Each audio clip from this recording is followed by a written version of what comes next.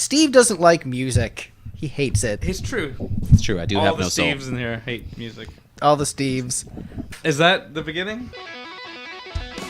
Hi, I'm Greg. I'm the lead singer from Lipstick. I'm Steve. I'm the bassist. And welcome to the Lipstick panel. Today on the Lipstick panel, instead of an album that I love or an album that Steve loves, we're doing an album that other Steve loves. We've got Steve Edwards from Eye for None returning to the program to talk about the classic Green Day album, Dookie. Basically, he's just been staying on my couch for the last 3 weeks, Yes, and as long as he's here, I'm like, Steve, record a podcast with us. Make yourself useful. Yeah, Also bathe. This is my fourth. Nah, You're not a crust punk. I just hose him down every once in a while. One or the other. You don't get both. I mean, what do you expect from me?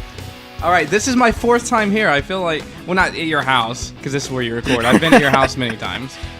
The past. Do you want to just be like the third co-host?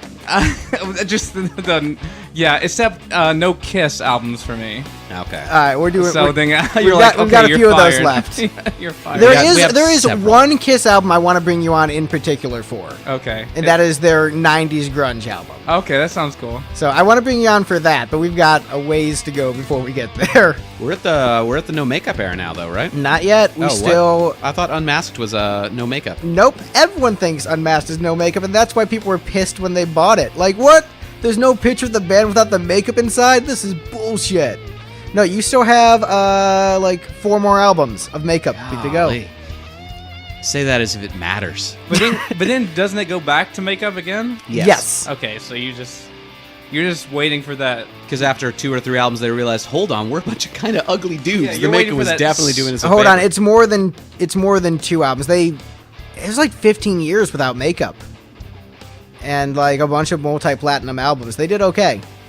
Like, still we're playing arenas, still we're selling 1 million copies per album, like minimum. So they did all right without makeup.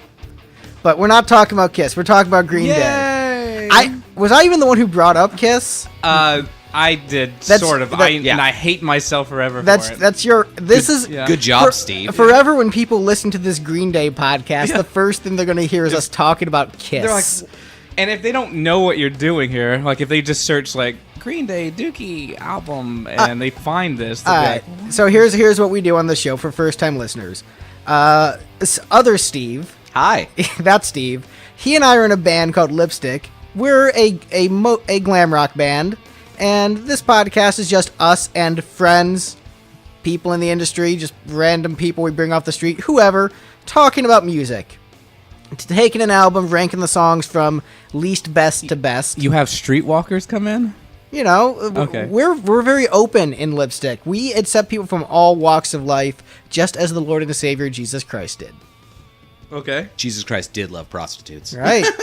Big on prostitutes. And so do we. Hey, gotta eat when you can. Water right? into wine and hookers. Get Water lit. into wine, into prostitutes. Nice. Okay. I derailed you again. Lord, I apologize. Right. So typically, when we begin these episodes, we go around the panel and introduce our history with the subject matter at hand. We'll talk a little bit about the band and the album in particular. I'll go ahead and go first, since I probably have the least amount of history with this. Okay. In high school, as a child of the 90s, I hated Green Day. Absolutely hated this band, heard their songs on the radio, thought they were terrible. I thought music was bad because of bands like Green Day. Sad face.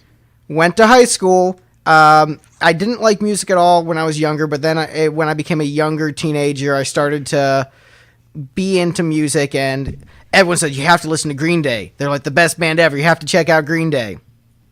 So Check to make sure it's actually recording. So I checked out 3 Green Day albums. I checked out Dookie, Nimrod, and American Idiot, and I still hated Green Day. I thought the band was terrible. It was trash. I just did not like Green Day. And then just over the years, I was never really a punk guy, but my stance on punk softened. Steve got me into punk by listening to Minor Threat, but even before Steve got me to listen to Minor Threat, I'd just become less adamant about it, and I sort of understood the mentality of punk bands more. So I'm like, I don't hate it as much. And then Know Your Enemy came out as a single. I'm like, this is just an old school 70s glam song. This is pretty cool. Yeah, Green Day gets a pass. And then I revisited this album for the podcast and loved it and thought it was great and pretty much every song was good. And just total 180. I love this album. I think it's great. I'm happy to be on the other side of it. I get it now. This is a great album. I do understand why High School Greg thought this album sucked, because there was nothing I couldn't relate to it. None of these songs were relatable to me. It was all just foreign and I didn't understand it. But, being more of the world now, I'm like, oh, I get it. They were being sarcastic. All right. So, but yeah, thumbs up from me. Let's go with, we're going to go in increasing order of appreciation for the album. Let's go with Lipstick Steve next. All right. Well, I listened to this album when I was pretty young. I didn't listen to it extensively. The Green Day album I listened to most was Nimrod, because Dookie was my sister's album, and Nimrod was the album that I ended up with a copy of. But Mike Dirnt is probably the single biggest influence on my bass playing. I will add however many vowels I want to his name. Thank you very much. Mike Dirnt. Neo Pirate. Neil Pirate. Yeah, but Yar. Hey, just interrupt you for a second. Do you know the reason why his name is Mike Dirnt? Because his actual name was something unmarketable and probably vaguely Jewish. His actual name is Michael Pritchard, but Dirnt. That is, oh man, I want to punch him in the face. Nerd. But his Dirnt was from the sound he would make all the time, so they just kind of started calling him Dirnt. Anyway, I like to think of it as a contraction of "der not." Okay. Anyway, yes, that was. I think that was a joke. I'm not sure. I'm just gonna. Ooh, pretend that joke landed. It landed somewhere. Anyway, yeah, he was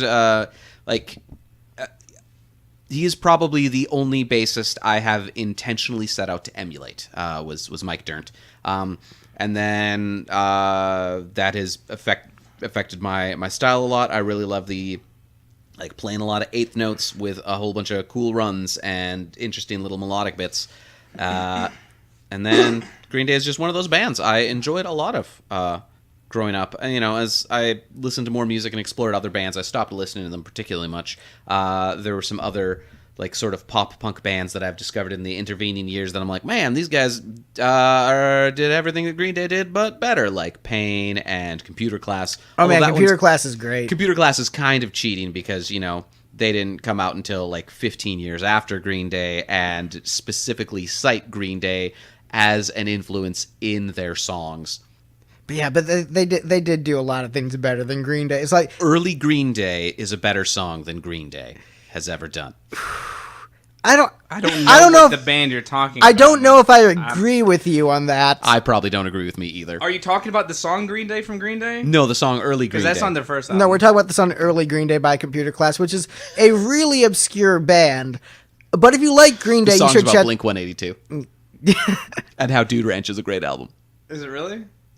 Yes. Okay. Sort of. It's also about Green Day. It's also about Green Day. It's a song about how much they love Green Day and Blink 182 and how anybody who likes them should be friends with them.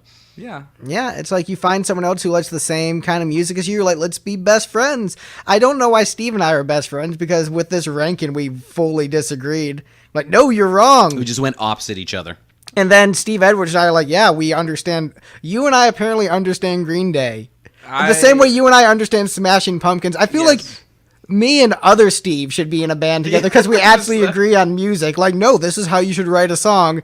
And then other Steve's like, nah, let's make it quirky and weird, guys. Yeah.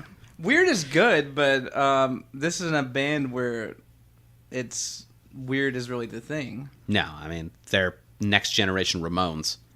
And that's a good thing. So my history, I'll try to make it real quick. I actually might get emotional talking about this one. I'm not an emotional person, but this is... So here's the thing I'm going to say before you get into Yes. it.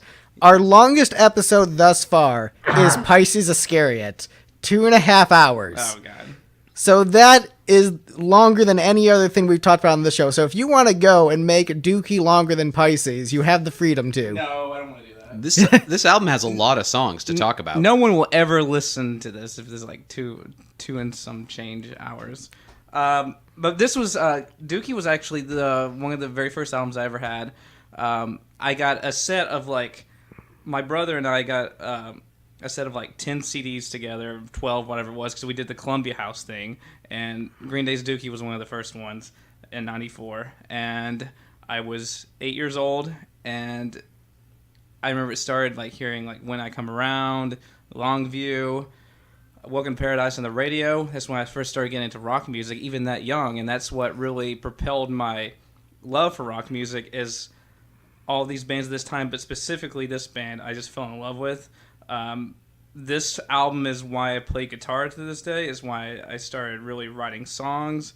I remember in 4th grade, one of the first things I ever did as far as like music goes, I sang one of the Green Day's, one of the Dookie songs in like a talent show thing, and I just became obsessed with it. Like I have probably listened to this album more times before at the age of like 15 than two guys put together, I would imagine at the very Probably. or maybe even 10 or something. I mean, I've listened to this like record probably, it sounds crazy, but probably thousands of times.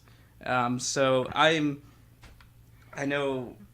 feel like I know everything as far as like the recording techniques done for the record, which is really cool. And we get to that more later. But what I really like about it, and the reason it holds up so well today, is the simplicity. It's just good songwriting. They went to the studio already having the songs ready to go. This was their first major album, record Label. on a major label. Yeah, words. Major label debut. Major label debut. Danger Mabel LeBeau. Yeah, La Boot. And so they recorded this record in 3 weeks, not even recording on weekends, just from noon till midnight each day with like a lunch break. And it just became this thing. It's just bass guitar and vocals, double track guitar.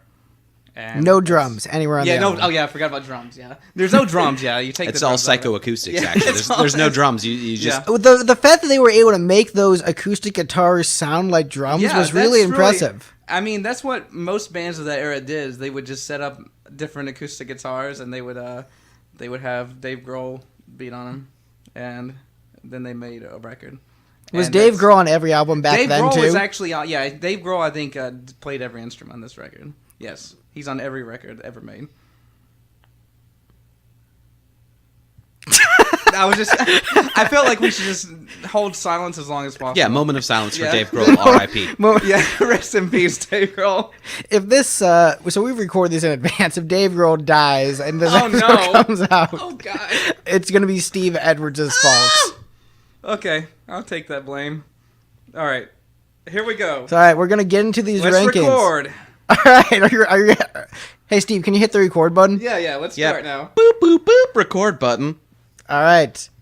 So coming in as the 15th best song on Green Day's Dookie, All By Myself, Really? which not a cover of the Eric Carmen song, disappointingly. Disappointingly. So here's my story. I was telling Steve about this before Steve got here. So I have a friend of mine who got she got Louis C.K'd by Trey Cool one time. And so hearing this song makes that extra creepy. Yeah. Hey, So Billy Joe was being very specific that he was all by himself when he snuck into a girl's room and jacked it there. That's not Billy Joe. That's Trey Cool singing. yeah, Oh, Trey is Cool it? singing. Yeah. That's why I brought it up, because it was relevant. Oh, well, clearly I was paying attention.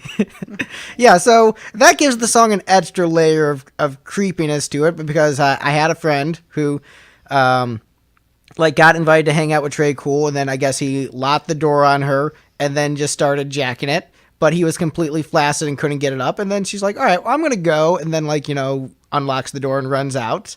And I'm like, you got Louis C.K. That's unfortunate. But here's Really unfortunate is, Well, I'm not going to comment on that because I don't know anything about. But here's what I'm gonna here's what I'm gonna say. I think with a lot of rock stars and people in the entertainment industry, they just think everybody wants my dick. Who wouldn't want my dick? And sometimes they don't want your dick. So remember, consent is important. I listen to a lot of artists where I don't necessarily agree with them on a moral level. I listen to Gary Glitter, and the dude is a piece of trash. he does. He's got a Gary Glitter CD in his car. Yeah, hey, catchy tunes. And this CD, full of catchy tunes. The drummer, might have just had a bad day. Should definitely, not do that kind of stuff. I'm not going to judge him completely. I wasn't there. But, makes this song, with my friend's story and then listening to this song, makes it extra creepy. But I will say this, it is catchy. And it is one of the tunes I remember from listening to the CD a decade ago in high school. So, I still liked it musically, but yeah, it's kind of creepy. Well, I've never heard anything negative on Trey. All I've ever heard is good things about him. You never know about people. Well, he might have been hard the other times. So, that's why you only heard good So I'm not things. going to get into any of those accusation things. But just from a song standpoint, what I initially left this off my ranking, and Greg asked me about it. I said, well, I think this album's too good to include, the joke song. Which is, I mean, this was, the thing. My friends, we would, wait until the Fuck Off and Die was over with, and then we would you'd either, depending on the CD player you had, you would fast forward a little bit, or you would just sit there and wait until that finally the thing came on, and then you would hear it, and then we would just giggle and laugh about this so much because we knew what it was about. And it's just you were 8 years old at the time. Didn't really understand. I was, yes. Well, you get older a couple years, and you always knew. You just feel it in your heart. You know what it's about. Yeah. Yeah. You feel it multiple places. And so it was just a funny, goofy song, and it was a thing that was recorded live, and I bet it. And well, Trey had a few other songs later on. He had a B-side, which DUI, which eventually came out, and to their B-sides album. It became a B-side to the B-sides album, which is a Inception kind of thing, I think. And and he also had Rat Does Cheese, which you guys probably have no idea what I'm talking about there, but it's a song about his penis that he performed live, the mid 2000s on a radio station. So he's and This guy sounds no less creepy than Gene Simmons. Oh no, it's all goofy stuff. I mean, if you've ever listened to Kerplunk, he had Dominated Love Slave, where he puts on a pseudo. Yeah, it's about a BDSM, and he puts on a country accent. So he's always done goofy stuff, and a lot of times live, Billy and Trey would switch instruments, and Trey would come up and play Dominated Love song while Billy played the drums, and then he would do all by myself. It's just a fun thing. One thing Greg and I were talking about before we started was that it's a very distinct thing in punk, and especially pop punk, but in the punk world in general compared to the big arena rock world that Greg is used to, is all of those songs are about, the arena rock Kiss songs are about, I'm the best in bed and all the ladies want me, and so many punk songs are about girls aren't all that impressed by me, I'm gonna go off in the corner by myself. But yeah. I will say this: it depends on the Kiss song. If it's a Gene song, it's just yes, girls want me. If it's a Paul song, it is about I'm going to make sure I please the woman. So there is at least that. Yeah, but he's still saying I'm going to please the woman. Whereas the punk songs I don't know what I'm doing, and last girl I slept with hates me now. Well, and even though this is a Trey song, Billy's a lot of lyrics, especially on this album, are very. They're poking at himself, and that's sort of the whole ethos of that style of music, especially as it got more on the pop side, is that where you're coming off of Motley Crue and bands like that who are yeah, we're gonna get laid, girls love us. This is more along the lines of they're oh man, girls are hard to please. I love girls and pizza, but at least pizza likes me back. Pizza doesn't like anybody. See, because I'm good at sex, that's why I didn't relate to this album for so long. I don't get it. I'm so confused. He's got that whole Kiss thing flowing through his veins. I was so confused. I don't get it. Why would you sing about how you're bad at sex? Dude, that was just but it's just talking about being bad at everything in general. It's just this style of music, this album is very self-reflective, and it's very much open, and it's about throwing your weaknesses out there, as to where what you're used to is people are more of like playing off their strengths and making them sound like big tough guys. This is like throwing all the macho away and saying that this is how I really am. I guess with me, the reason I didn't resonate with this kind of stuff when I was younger was I felt that it wasn't balanced. Like, it felt like the self-deprecation was too far in the one direction. You know, there's the reason I relate to Thin Lizzy, Take a Shot, more than Kiss was because they displayed the vulnerability on both sides, and it wasn't just I'm macho. It was, you know, having self-pride and like thinking of yourself as a cool person but acknowledging the flaws. And this one just seems to be I suck the entire time, and I just didn't relate to that. I relate to that greatly. I don't know what that says about you or me, but I think that's why the record resonates so well for me, is because especially the age I was, like you just and growing up in like a small town, you just realize how much some things suck and how you wish you could change things. Right, but just because things suck doesn't mean you suck. That's the ethos that I disagree with a lot of the like 90s, early 2000s bands, where that's why I hated emo. Is like, I suck, I'm the worst. Like, I don't think that's a good message to necessarily send to kids. Well, a lot of like the things sucking and you sucking are very intertwined in this sort of pop punk thing, where like a lot of it is singing about squandering of potential, like, you know, like all of these songs by Green Day and Boris the Sprinkler about drugs and masturbation are all about like, what am I doing with my time? All I'm doing is smoking a bunch of pot and going to Taco Bell and then whacking it. And hey, like, can I just say how funny it is to hear you say masturbation? I don't think I can. For him to say it or for me to say No, it? him. I mean, I brought up Boris the Sprinkler because that is the name of their first single, is Drugs and Masturbation. Maybe not their first single, but their biggest one.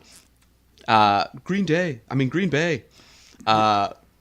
Anyway, but yeah, like it's things suck because you suck, and it's sort of a vicious cycle of squandered potential and lost opportunity and things like that, which I think for people who grew up in small towns sort of resonates because you see that a lot, is like the lost potential. Like you're young and there's so many things that you could do with your life, but you're kind of stuck in this small town, sure. which really stifles your potential. And like the most important thing is to get out of there and go do something else somewhere else. Right. Well, I think not work at the speaker manufacturing plant the rest of your life. Well, I think I'm all about breaking the cycle. Like, people who've listened to the podcast or know me know I suffered from child abuse with my stepdad. And so that was what I needed in my situation personally, because I actually had a shitty life, was empowerment and the ability to rise above my circumstance. And a lot of these like albums, like Green Day and My Chemical Romance, I know different eras, but it was about, nope, you're stuck in your circumstance and you suck, and it's just the vicious cycle. And that didn't compute with me until I realized, oh, it's sarcastic. Some of it is, some of it isn't. And I understand that some of it is, and I get it now. I'm far enough removed from that where I don't need all my music to be empowering, and I can accept it for what it is. But I found it problematic that was pretty much your only option in the mainstream, was stuff like that. If you were into rock, it was grunge bands doing the vicious cycle sucks and you're stuck in it.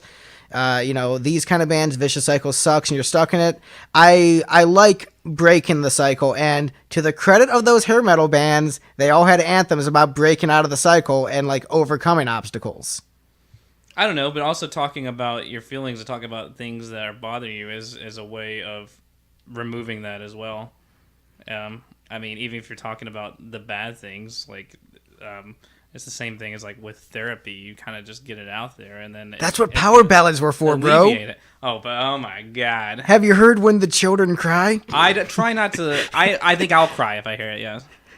All right. So that's that we've been talking about All by Myself for quite some time. Yeah, sort of. So the next song on the album, on our ranking, is Chump. I like this the most out of you guys. it comes down to just like, oh look, I like the melody. Melody's nice. Ranked it higher. But I'm not really surprised at where it ranked. A lot of these songs are very similar in terms of quality and melodic content. Mm-hmm. Yep. So it's a lot harder to rank them because like pretty much every song is like a solid A- and then a couple A pluses. So it's like, oh, here's an A- against like 7 other A-. Well, crap. I think this song in particular, I ranked it at the very bottom because it explores a lot of the same melodic territory that a lot of other Green Day songs do. Like, of the songs on this album, this one sounds the most like a bunch of other stuff from their catalog, and it's just not as well realized as some of the other ones. Like, its production isn't as great. That bass tone is pretty weak on this song. Like, yeah, those same chord progressions. Yeah. There's only so many chords. It's true. And also, there's only so many chords, and they're only willing to use 4 of them. But, this is, I guarantee if we tried doing, like, a Minor Threat episode, like, how would we cite the differences in those songs? Well, those are all, that's a big difference. I feel like Green Day songs, like, especially on this album, like, they do have a lot of the same structure, and so you're saying, like, it's hard to rate them. It's hard for me as well, because I love every single song on it. But, there are more differences than something like Minor Threat or like Black Flag. Oh yeah, those absolutely. are all pretty much like this. And I'll say this, like each song like has a hook I can remember. Oh, yeah. That makes it distinct. This isn't Gish. Well, I that's remember why- what the songs sound like on this. Well, that's the thing I was gonna say. Like because I was thinking about going into this one. I was like, I think you'll actually appreciate this one because No, I because loved the it. melodies They're are pop so songs. good. Yes, the pop. I mean, I love pop music. I had a lot of fun listening to this. Like this was just really fun to listen to. I'm like, yeah, I'm gonna play it again. This was a great time. It's a great album. and a lot of people, because this record became the mainstream and it was being considered punk in quotation marks. So a lot of some parents of the time frame, they thought that maybe this was too rough or something like that. But I mean, that's a whole nother story. I mean, Once they got it is him- edgy. This Yeah, is it still is. this is still an edgy record. But when they would play like Gilman Street, which once they signed to a major label, they were no longer allowed to go back to, which they eventually did in like 2012. But anyway, but even when they would play Gilman Street, like sometimes people wouldn't be into them because of the punk crowd, because their songs even before this record were still poppy. Their very first album, 39 Smooth, it's full of songs about 16-year-old Billy Joe talking about. He's singing about love, and it's very melodic, even for a kid that age. It's like so far advanced of what you would expect from somebody. But so they were always had this huge pop element. So they were really like the Ramones in that respect. The Ramones had a little bit of edge in some songs, but they were very much melody based. I do feel embarrassed by not recognizing the quality of their melodies sooner in life. I think I realized it like maybe like a year out of high school. I'm like, yeah, they're fine. But I wish I had, had the musical experience I did earlier, just so I could admit that Green Day was a good band much sooner. But yeah, I think Chup's a great song, and the hooks are in my head right now. And yeah, I enjoy the song. I don't know. I don't have much more to say about it. I mean, there's not much really to talk about this one. Yeah. All right, next up on the list, the 13th best song on the album, FOD. Fuck off and die. So I'm going to cite Computer Class again and say that they did the song better than Green Day. They didn't cover the song, but they had a song that's similar in structure, where it starts off with a kind of shitty acoustic guitar intro and the punk vocalist singing over it. But instead of singing Fuck Off and Die, they're singing about like getting some stuff underneath the bathroom sink and getting high off of it. But I think that song is actually much better than this one. Like, it's the same idea, and I know they totally just ripped it off from Green Day, but they were more successful with it. And my appreciation of this song strictly comes from me liking that Computer Class song so much. This one, like, that acoustic intro, I think goes on for too long, which is weird to say anything in punk goes on for too long. But the ending is fun. We're just like, fuck off and die, and just the energy is cool.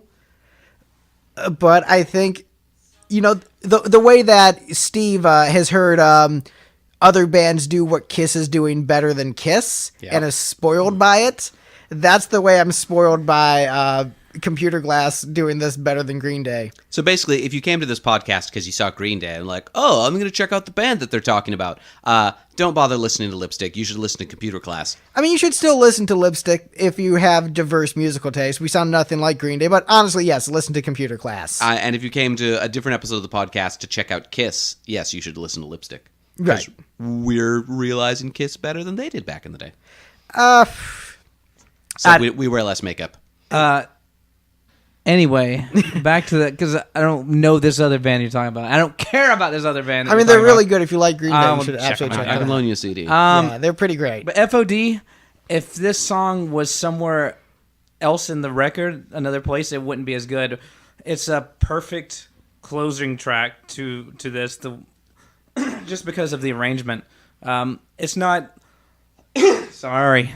It's not an extremely memorable track. And it's doesn't have. It's probably got the weakest melody of any of the songs, but it's that arrangement that really makes it, and it makes for a cool ending. Oh yeah, absolutely, and it is a good closing track. If it was anywhere else on the album, I mean, it's already ranked third from the bottom. I don't know how much lower it could go, but it probably would be at the very bottom if it wasn't at the end of the album.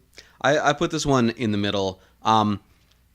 They didn't do the acoustic to a loud thing. They didn't do that transition as well as they intended to, I think. But I think it's good that they tried.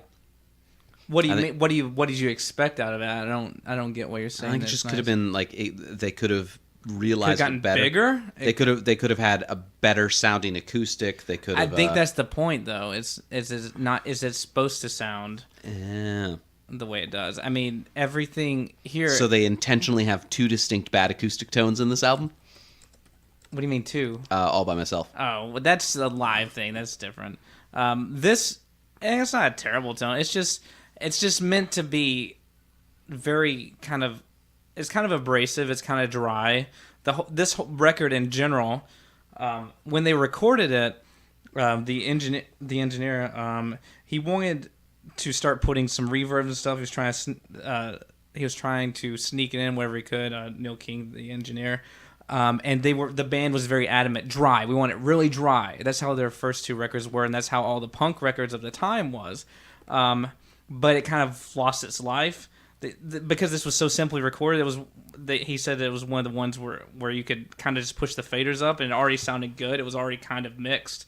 But after the fact, the label finally convinced the band, and they were like, no, it sounds a little dead. So they took it to Jerry Finn, who mixed it with a little bit of verbs on it. So I think that sort of plays into what you're talking about with the sound of the acoustic. They wanted it. They were really pushing for that punk sound, but they were on a major label now, so they couldn't really completely get it the way they wanted the way they wanted it before. They had to polish it up slightly. So this was, I think, sort of a compromise. Mm.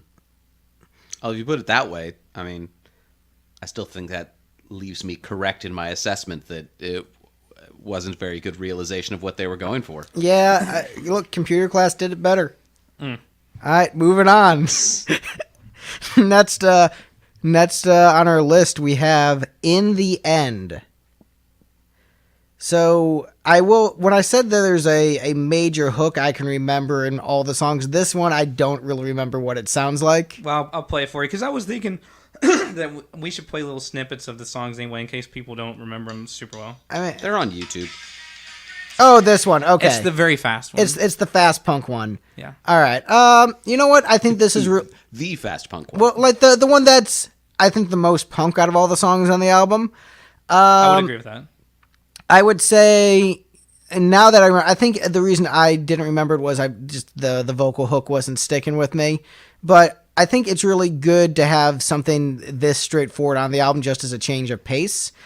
I think it came a little bit late on the album. I think it would have stuck out more if it was earlier. And so, like, this change of pace, by the time we get to it, I don't know if it's adding as much to the record as it would in another place, but it's still good. Yeah, it's a great song. I like the energy, intensity. It just it's lower on my list as well, just because it just doesn't. It's just not as strong as the other ones. Yeah, the fact that it was different wasn't enough of a reason for me to bump it up. Like, yes, I recognize that this is different sounding than the rest of the songs in the album, which are more similar in vibe, but it just isn't as strong of a song. Like, all those songs that sound the same are better written than this one that sounds different, which seems counterintuitive, but, hey, songwriting. This is sort of representative, I think, of like this and the two songs before it. I feel are sort of representative of what punk music was doing at the time, and makes it really difficult to go back to one of these albums years later and listen critically after having not listened for years and not really remembering the songs very well. Is a bunch of less than 2 minute long songs that are all good. They're all good examples of this genre, and they kind of blur together when you listen to them all at once. Yeah, but not in a bad way. Like this album, this album flows very well, and the trick is pretty much any song on this, if it came up on shuffle, I wouldn't skip it. Especially because you're only committing 2 minutes to it. Well, but even the longer songs, there's nothing on here that really feels like a skip, and that's a testament to the quality of the album as a whole. I never skip any.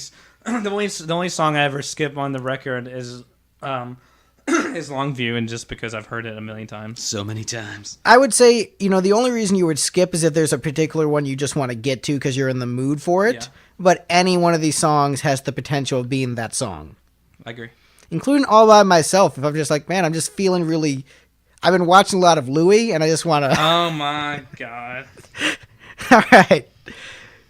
Next on the list, we have Eminius Sleepus. And I think it's Enemas Sleepus. Enemas Sleepus. Yeah. All right. This one, good vocal hooks, catchy. Do you know that this is the only song not written by Billy on the record? It's written by Mike. I thought didn't Trey Cool write All By Myself? Well, yeah, I'm not counting that song. I mean, we did. It's a song on the album. Anyway, continue. I didn't have much more to say about it. Like, it's. I mean, I will say lyrically, Green Day does a good job of keeping things interesting. So this is, a song. Like digging into the lyrics on this album was pretty fun because this was. What, do you not remember the songs either? No, I like to, like I said, I want to play it. Right, but when we put these on iTunes, I don't want the entire podcast taken down for licensing issues. It won't be. You can play 2 seconds of each. Yeah, they can. But I mean, legally, technically, yes. Whether or not iTunes will let that fly, they'll never know. Right? They have robots. Nah, they're in the back. Robots. But this is a good song about running into someone you haven't seen in a while to realize how much you've changed and how much you've grown apart, and not connecting with that person anymore. It's interesting, an interesting lyrical topic, very bittersweet. But, with catchy pop hooks. Yeah, I agree.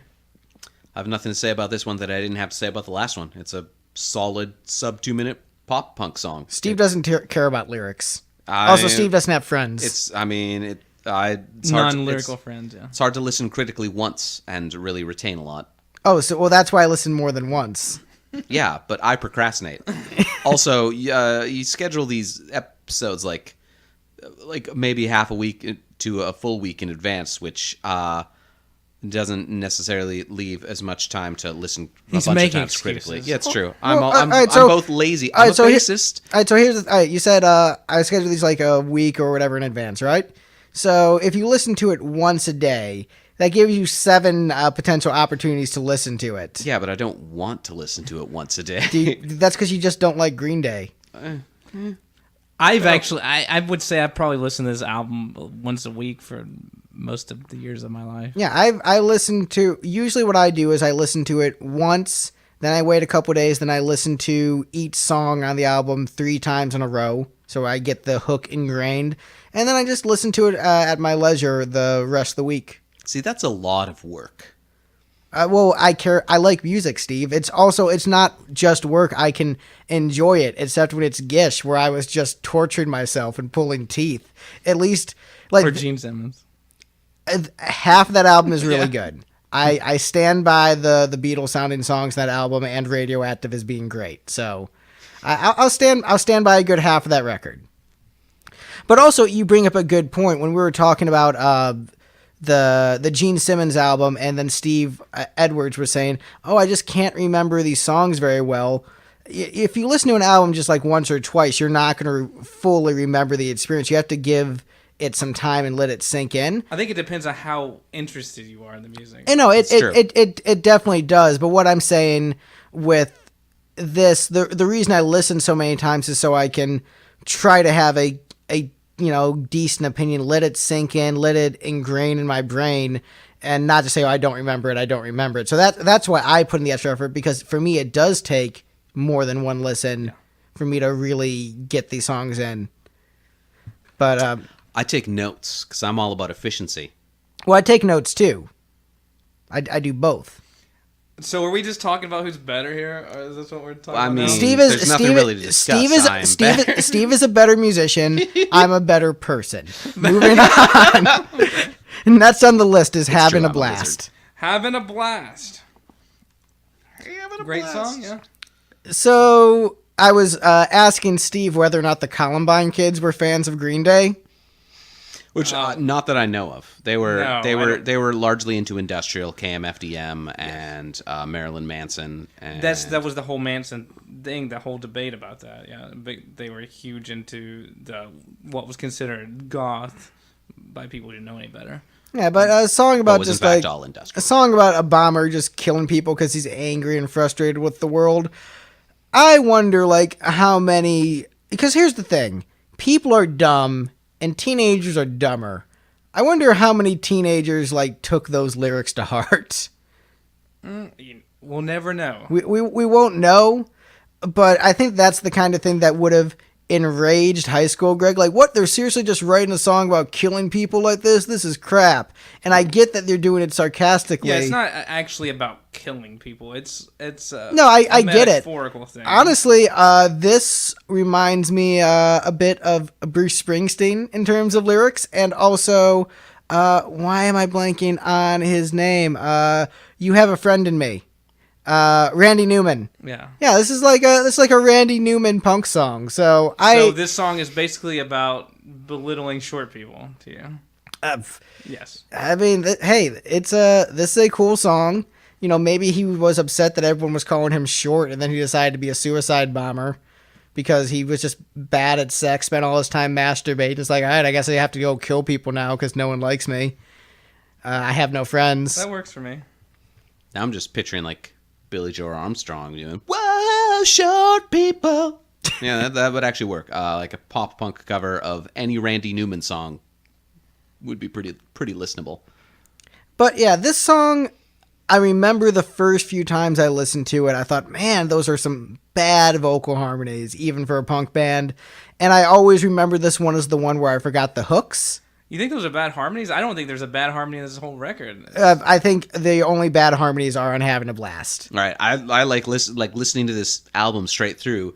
That song was the point. It was like, well, this is where all their elitist punk fans were like, what is wrong with these guys? This song right here was that moment. What makes you say that? Well, just because this is the first one where they really settle into the like pop harmonies kind of thing. Because like the song before it, like that was much more straightforward. Yeah.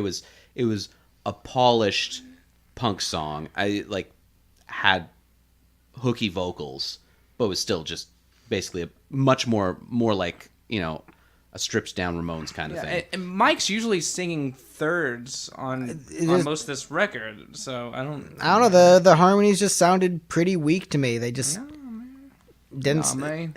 I mean, this is the one song where I noticed the harmonies, and I noticed them in a bad way. And this is a song where Maybe your ears were bad when you were listening. He just hates bassists named Mike. Yeah, that's true. I can't even think of any other bassist named Mike off the top of my that's head. because you hate them all so much. What's the dude from Van Halen? Michael Anthony, yeah. Yeah. Well, he's great. What are you talking about? Why do you hate him then? No, I don't. It's quite possibly the best part of that band on a musical level. Because his backing vocals are essential to their sound. I think Mike's backing vocals are essential as well. And let's talk about the musical landscape of this record for a second, because as we talked about, it's very simple. It's the drums, the bass. You got double guitars, which everything is tuned down, so they had a hard time actually doubling. The only thing that was kind of difficult about that was getting the doubles to be exactly the same with the intonation. But Billy's a great player, so ultimately they got all the guitars done in like a week, and Billy sang the whole record in, I think it was like 3 days. So it's the rest of them that messed it up and took forever. Well, no, it didn't take forever at all. They did drums and bass in a week. They did guitars in like a week, and then vocals in like a week. And just 5-day weeks. It's pretty crazy how fast they did it all. But there wasn't really much producing to be done on it because they had all the songs ready to go and they were well rehearsed on them, and they didn't play them live. Well, so here's compare this to the Blue Matches recording process. We did drums in a day. Yeah. Sometimes drums and bass in a day. Yeah. But we had we were also like under a much more of a crunch because we didn't have any funding. Yeah, that's the difference. If you can take a little bit of time, with this, they actually this was before the whole thing about really you could punch in. Well, you could punch in, but it was really hard to get out because you would hear pops. They were recording on tape, so they actually did. Compet, the engineer, he would go through, and because they wanted to keep everything like completely in time, so they would go through and get like a good bed of Trey Cole's drum play, and they would add in from other takes like cool tom rolls or stuff like that. So they actually did, they did editing on the record. So that's probably why it took like a week to do drums and bass. But so there are almost no, can't think of any spots where there are like Billy doing his own harmonies, and that's a really odd thing for most music in general. Is that typically the lead vocalist is going to do a lot of the harmonies themselves. At least they're going to double their vocals at some points. This is very straightforward. It's like one vocal, and then Mike's got harmonies on these songs, and then that's it. And that's what's really cool about it. Well, I'll say this is the only song where the harmonies just sounded bad. They sounded great on the rest of the record. This one stood out for that reason. But I will say this, when I went and read the lyrics, it made the song a lot better. Explosions. Well, because it was a unique lyrical perspective and gave the song a different edge to it, and so it made me examine it more and remember the hooks better. So, it ranked higher after knowing the lyrical content. But that's because of where I am in my life, where I realized, no, don't take it seriously. But yeah, it's a fine song. I still like it. Like, despite the thing about the harmonies, it's a nitpick. It's one part of the song, but overall, it's a good tune. Yep. All right. Next up on the list, I ranked this one way higher than you guys. We have "Burnout" as the next tune. So here's the thing with Greg, me talking in the third person. I'm a sucker for the energetic opening track. For burnouts. Well, it just in general, with a lot of albums, they'll usually put like the big single second, and they'll have like an energetic opener to just kick things off, and it's usually considered not as good of a song, often a throwaway, something they don't really play live. I've found that's often the case with a lot of these opening tracks. Not all the time. Sometimes they're staples. I mean, that's a lot of the case for many of my favorite records, yeah. But for me, I always really enjoy those songs. They're usually songs I really dig and enjoy. I love, Alice Cooper has a bunch of those. Kiss has a bunch of those. And I usually get into them. And this was the Green Day equivalent. Like, oh, sweet. Energetic opener. All right. Yeah, I'm digging this. And lyrically, I think it fits the image they're trying to portray very well. It fits the character of the burnout punk musician very well. I mean, it sums up the record as a whole pretty decently. Sums up the record. It sums up the band. It sums up the fans. You feel like you know what you're gonna get. You're gonna get songs about being burnt out. I thought I was gonna do something, and I'm not really becoming what I thought I could be. Yeah. Yeah, it's I thought I'd be a Broadway star. And then what happened? Bring. it is interesting how well rock music glorifies things that are objectively bad. Like, I'm going to glorify Like music, no, like playing being guitar. no, like being poor, wasting your time smoking weed and jerking off, being misogynistic towards women, like all these things that are definitely bad, and we realize this on a logical level. But rock just makes it so cool. Like, it's cool that he's like a poor dude living in a van, not doing shit, contributing society. So being a poor dude just whacking off and smoking pot is a bad In your thing? van. Yeah.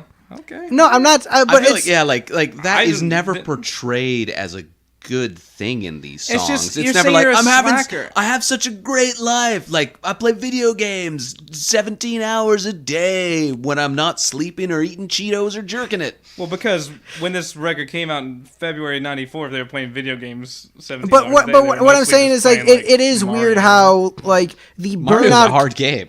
So, like, this is a cool song, and you identify with the burnout character, and you're like, yeah, that's like a cool dude. Even though he's a burnout, I still want to party with him. And then it's like, but wait, is he really a cool dude? This dude is just hanging out, like, jerking off all day. Well, think about it. He wrote almost this whole record when he was 18 years old. So what do you expect from an 18-year-old, you know? I mean, there are lots of great musicians who have written great songs in their, late teens, early 20s that About weren't whacking off. I mean, Naturally. not all musicians. Hashtag blessed. I think the first Kiss album, Paul Stanley was 18 when that came out. So, but not saying that his lyrics are necessarily any better. It's like, hey guys, I wrote a song about traveling through space and time, and this song's about hookers. Ed Guy were 17 when they wrote their first album, I think. Or when they got together as a band, at least, and they put out their first album within a couple of years, which means they'd probably written most of their songs, which are, fairly coherently thought out treatises on religion and society and conformity. All right. So Anyway. here's what I'm going to say. You know what Some teenagers are good but at I writing. feel- when I was 17, I wrote Fight Back. And as much as I like this album, I will say Fight Back lyrically is better than anything on this album. Taking my ego out of it, I just think Fight Back is better lyrically You're than saying anything on this something album. that's completely false. But No, I will stand by lyrically. My song about overcoming child abuse is better than any of these songs about jerking off. Look, let's be honest. The Rubber Bandit song about fighting dads is better than any song about fighting dads any of the rest of us are ever going to write. But that is true, 100%. you're comparing things like you're saying this is a serious subject. This is a less serious subject. To Well, no, me, so here's it can't possibly be as good. No, That here's what doesn't I'm work. saying is I'm taking 17-year-old me versus 18-year-old them. I'm just picking what was I writing at the same time, like same age range. And I'm saying that Okay, that might have been one song, but I mean, Green Day has plenty of songs that are a serious subject. right, matter. but I think you were saying like as far as like, oh, what's an 18-year-old gonna write Okay, about? yeah. I mean, what I'm in saying is general- that's not an excuse, But- but they're writing very well. What they're writing about, they're writing well. So I'm not saying they're writing Think poorly. about what most 18-year-olds think about all the time. They think about sex and drugs. and fighting their dads. Yes, naturally. 17-year-old Steve wrote Psychotic Garden Gnomes about evil garden gnomes trying to murder me. And when I was writing songs at that age, I was very much doing like the Green Day thing. I was writing songs about how I felt insecure with myself, and Which, like, there's nothing wrong with that, but I guess like I said, the excuse of, oh, what's an 18-year-old going to write about? it's not an excuse. It's more of a fact. I mean, what else did I write around that same time frame? I wrote The Flash as a joke. So that song means absolutely nothing. So that's an outlier. We're Here to Rock You. That's about violence and revolution. It's So, about rocking. well, Rocking and or rolling. yes, while inciting a, anarchistic revolution. So, Pretty sure I was 17 when I co-wrote the song we wrote last night, which is about the Ninja Turtles. all right, well, see, there you go. That's like Pizza. There you go. Right. Like, as I said, like Mike Durnot was Fred Durst. was one of my strongest influences as a bassist, and like I really wanted to do the pop punk thing. Granted, I ended up doing the '60s rock thing, but I was writing songs about eating pizza and watching cartoons. Because I still love that you really wanted to be in a punk band and accidentally ended up in a '60s pop band. I really wanted to be in a '60s pop band, and my bandmates were just shitty, so we just sounded like a punk band. best laid plans of mice and men, right? Such is life. But yeah, Burnout's a cool song. Oh, yeah, okay. I ranked it pretty low just because of all the melodies on this album. It's a little bit forgettable. I don't think the melody's forgettable. I think it's great. But also, I am a sucker for these kind of songs. All right, I'm a sucker for the next song on the list. Pulling Teeth is the next song on the list. Oh, no, you guys put that way too low. This is like midway through the list here's the thing. I have it at my very top rung. All right, so you gave it 12 points. I gave it 11 points. Steve is the asshole giving it 3 points. Oh, yeah. This is the one that, like... This is by far the best non-single on the record and one of their best non-singles in their whole catalog. This is great. Steve, you're an asshole. The melody... Not you, Steve. You're great. You're awesome. Other Steve. Other Steve. Yeah, which one? Pick which one. Pick another Steve, because he's referred to both of us as Other Steve if you pay attention. Exactly. I just want to keep the listeners on their toes. This song... lyrically, and also because I had the CD booklet when I was a kid, and I just remember the cartoon, the drawing. Most of these songs had drawings, and I just remember the picture of like the guy kind of getting the crap beat out of him, and it always made me think of a physical thing, and I always thought of when I was a kid, because you don't understand certain subtleties, so I would think somebody was actually getting their teeth pulled, and then later, I realized, they're talking about because she's like emotionally abusing him, and he's just being beaten down, and so this kind of ties in with the whole thing of like being uncomfortable with yourself, but the lyrics it's enough change of pace here where it's a difference because it's relating to somebody else for once instead of just yourself, and the fact that it's got that super awesome hook and it's riding the melody and the harmony vocals the whole time, dude. It's just it's top of the line. So let me talk about abusive relationships for a second. So my thing with this song is I'm a sucker for 60s pop, as we were just discussing. Right. The Beatles is my favorite band. This very much sounds like a Badfinger song, which is more of a 70s band, but this sounds exactly like a Badfinger song. Lyrically, once again, I find it problematic on a surface level unless you dig deeper into it, where it's like, oh, you're in an abusive relationship and you're not really breaking the cycle, break the cycle of abuse. But, taking that bit out of it, the same way that I will gloss past how bad Kiss lyrics are. This is a very catchy song, done very well in that Badfinger style, which I'm all about. And, there's that Beatles song, Run for Your Life, which is very dark lyrically, but with very bouncy, happy music. And so I do like those weird disconnects when the music is really happy and the lyrics are very dark. And so this falls into that category, and I like it a lot. It's a very cool song. I mean, this is also, it's dark because, the chorus is, after he spends the whole verse talking about how she's beating him down, and then he says, she takes good care of me. Just keeps saying that everything's all right. Yeah, no, that is the cycle of abuse. Like, no, everything's great. He hits me because he loves me. I can see why younger Greg thought this was shitty. But older Greg's like, you know what? Nihilism, nothing matters. The song is great. So why did you put this one so low? I think just... Steve hates music. Besides not liking songs, they're good. Well, okay, so this is a very, faithful recreation of the 60s pop song structure and melodies. It's like a Kinks song, I feel like what they were trying to do. It's like the Kinks are way more aggressive than this. The Kinks would be kicking over shit and breaking their amps and getting banned from the country. This is like a Me First and the Gimme Gimme song, except it's an original. which, you know, is probably ultimately the issue, is if this there's so much of this album that if this had been an album that I had a copy of as a teenager, it would be one of my favorite albums and I would love it, but I did not. I was aware of a bunch of the music and I liked a bunch of the music, but I just didn't listen to it enough for it to be entrenched in my soul like it is in Steve's. So, you know, going back in my 30s and listening to it, it's like, all right, I recognize what they're doing and they're doing a pretty good job of it, but I've heard it enough times in other places now that even though, yes, these guys probably beat the versions of it that I know to market, it just doesn't really grab me anymore. I will say that is a good point. For me, it's somewhat hard to separate the nostalgia factor as well, because, like I said, this is the album that really made me decide I wanted to be a musician.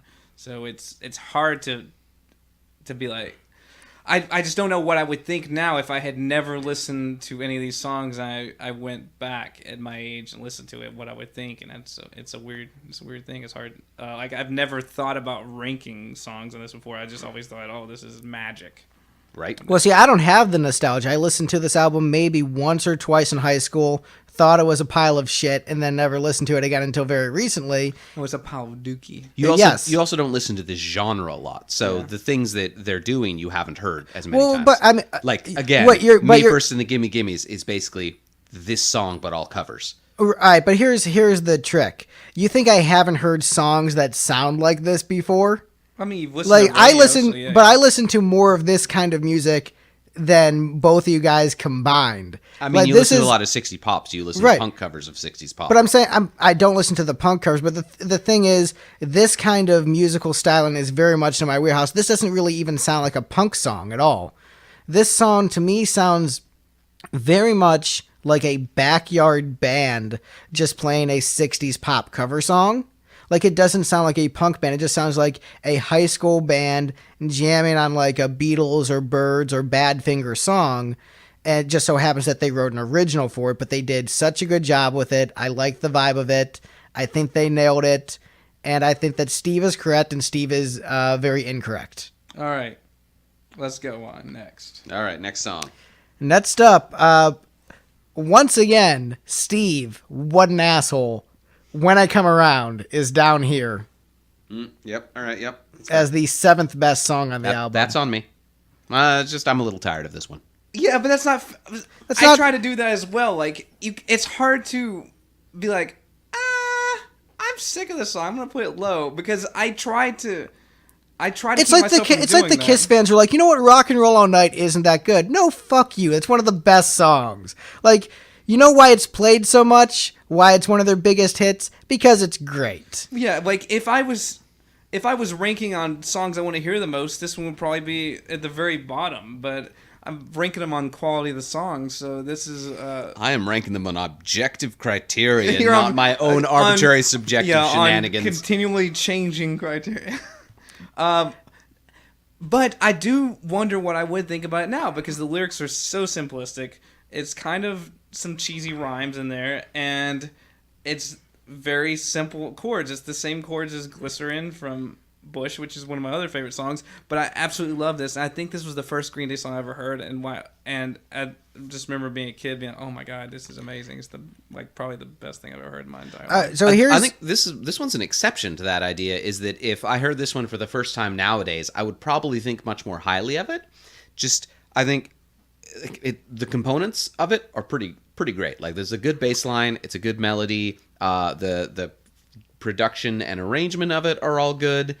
It's just, I think over the years, repeated listens, it hasn't held up. So here is something that I want to toss out. You know, slight spoilers for the Melancholy and the Infinite Sadness episode when we get to it. I hated Bullet with Butterfly Wings when I was younger. Hated that song. And listening to it now, I recognize that it's a good song, but I'm not really having fun listening to it. All of these Green Day songs that I hated when I was younger, complete 180, love it, I'm having fun, I'm digging it, and this song is great. It's a great melody, it's catchy. Like, this is one of the best melodies on the album. the three big singles from the album were the three big singles for the reason, because in my opinion, they're the three best songs. And this is just a fantastically arranged, fantastically played, simplistic lyrics, whatever. My favorite song is I Want to Hold Your Hand. So I don't give a damn about simplistic lyrics. I care how good is that melody and that hook, and this song delivers in spades. This is also a weird one for me in that this is one that my brain has broken. In the earlier episode, we talked about like the version of Dr. Love I hear in my head is way better than the version of Dr. Love that Kiss played. This song, for whatever reason, my brain has decided that the lyrics are wrong, and instead it needs to have a slightly modified version of the lyrics from Take a Look Around by Limp Bizkit.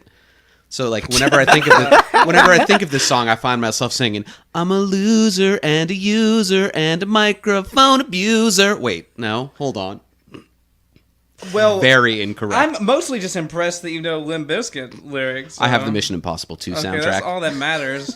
All right. Hey, I Know Why You Want to Hate Me song is fantastic. Right, that's that one. That's that one? Yeah. See, I don't remember all the words. I just remember watching a Dragon Ball Z AMV back in the day, and like, oh sweet, they're fighting. Yeah. And there's a song in the background. Because I couldn't remember which Limp Bizkit song it was. What?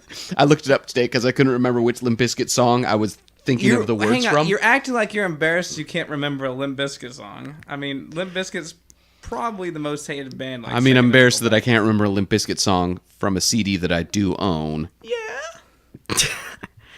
So, all right. Any other comments on When I Come Around? It's stuck in my head now. No. Right, because it's catchy. With the wrong words. It was my favorite song for like my entire youth. Yeah, like I said, this song, hated it when I was younger. Hated it for, a solid probably 15 years of my life. And absolutely love it now.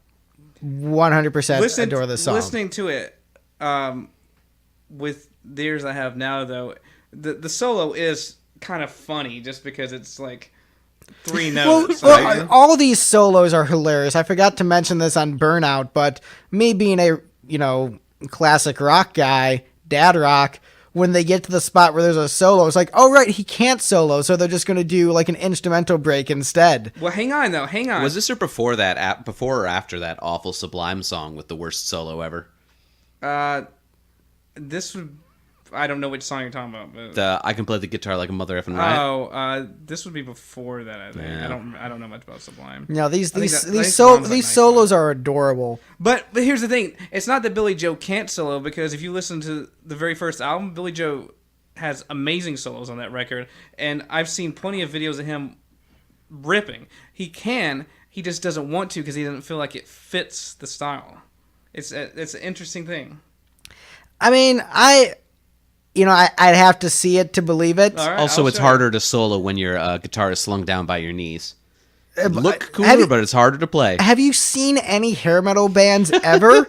The really technically proficient guys whose like guitars are down by their ankles. Like, those dudes are ridiculous. Like how technical they play with how low they hang their instruments. And it's all because Jimmy Page has weird forearms. Right. All right. So look at Jimmy Page's forearms; they're freakishly long. Next song on the list, we have Welcome to Paradise. This one... What number are we at? We're at number 6. Oh. So this one... long album for a podcast. Yeah. All right. I mean... We'll kind of speed up a little bit. Yeah, we're moving at a pretty brisk Welcome to Paradise is great. Welcome to Paradise is the only song on this record that was recorded twice. It was on Kerplunk as well. And...